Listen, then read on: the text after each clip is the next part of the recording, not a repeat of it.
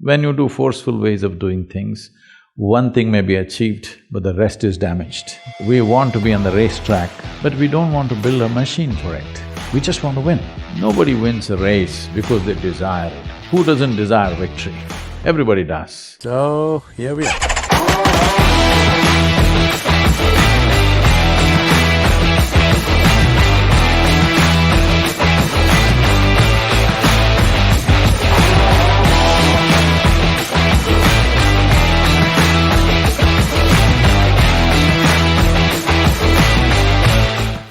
One of the things that someone that we actually met a couple weeks ago, the Dean of Harvard Business School, said to me, we were talking about leadership, and he was sharing his philosophy about leadership as the dean of a major business school. And he sort of said, for me, it's about knowing, acting, being, having some real knowledge and expertise to lead, taking action upon it, and then living every day that way. And one of the things that I think has been the most amazing about Sadhguru's journey is the actions that he has taken. You saw some of the programs up there, but maybe you can describe some of the things that you have going on in the world, because it's not just about coming and talking and meeting and philosophizing, it's actually about taking action. So maybe you can tell us some of the things that you have going on around the world and how you get them resourced. When we say being, we're talking about the fundamental nature of our existence. The quality of our existence will determine the quality of our perception, and the quality of our perception will determine the quality of what we know and what we do not know. Action is a consequence of this. If you put it upside down, then it's like saying fruit, tree, root, soil. That's not how it works. Soil, root, tree, and then fruit.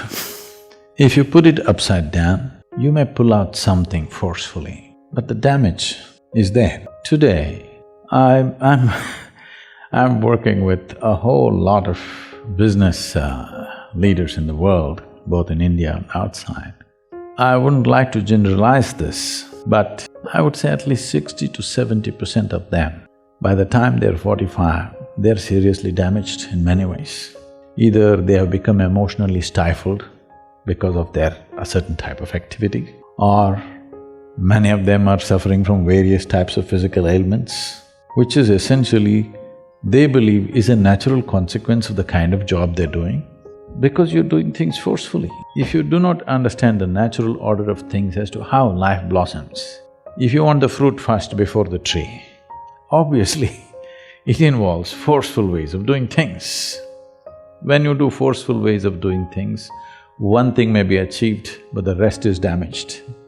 Most affluent societies in the world, everywhere, not just here, are going through this. They have become affluent, but the fundamental idea of seeking affluence, either in individual life or in a society or in a nation, is because it will give us a choice fundamentally of nourishment and lifestyles. This is the reason why human beings seek affluence, so that it'll give us a whole choice of nourishment and lifestyles. Now, if you look at people's lives, these choices are not something that they're enjoying.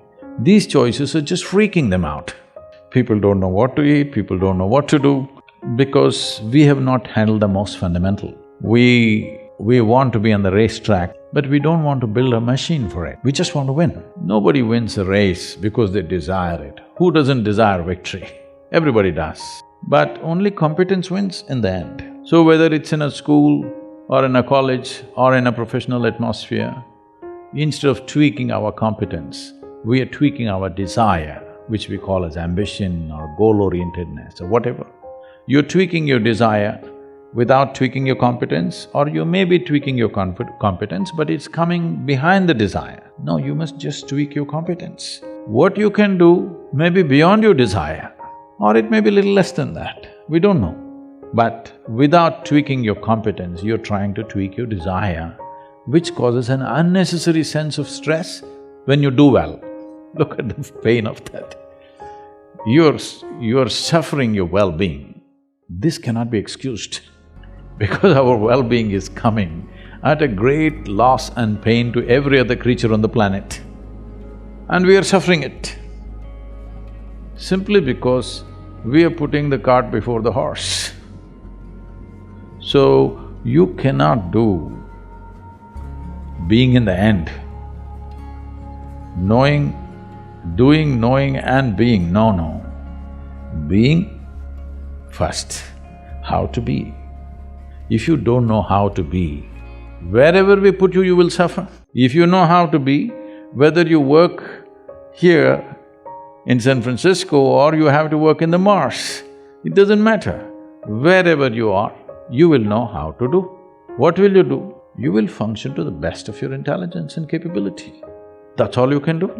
In our lives, if we do not do what we cannot do, it's not an issue. But if we do not do what we can do, we're a disastrous life. That's all we're trying to avoid, that we don't end up not being able to do what we can do. But once you create this unnecessary, completely avoidable stress that your desire is bigger than your competence, without tweaking the competence, instead of focusing everything and tweaking the competence, we are tweaking the desire. Now, you're creating a situation where there is stress. Stress means you're moving towards incompetence, not towards competence. Any machine on the planet will function at its best only when there is no sense of friction. The least amount of friction means that machine is the most efficient machine. Why is that not true for human mechanism? If this functions with least amount of friction, this will function at its best. Will I be as good as you? Maybe not. But I will be at my peak, and that's all. And every human being has come with a certain genius.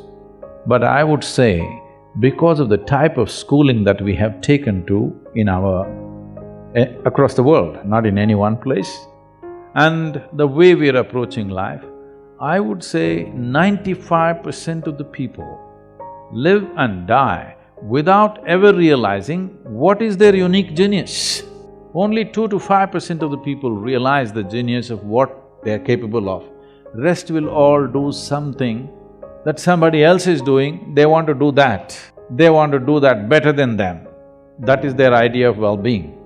Because of this, a tremendous amount of human genius is simply lost. And that is the biggest crime on the planet, that human genius is stifled because everybody is trying to be in one basket and be on top of everybody else. This is a very rudimentary way of functioning in the world. Unfortunately, that's become the way everywhere. We're trying to do something, but that's in small scale. The large-scale schooling and education and professional seekings are all in this way. We all wanted to get into one basket and be on top of the pile. It's a cruel way to live. If you get there also, you will suffer. If you don't get there also, you will suffer.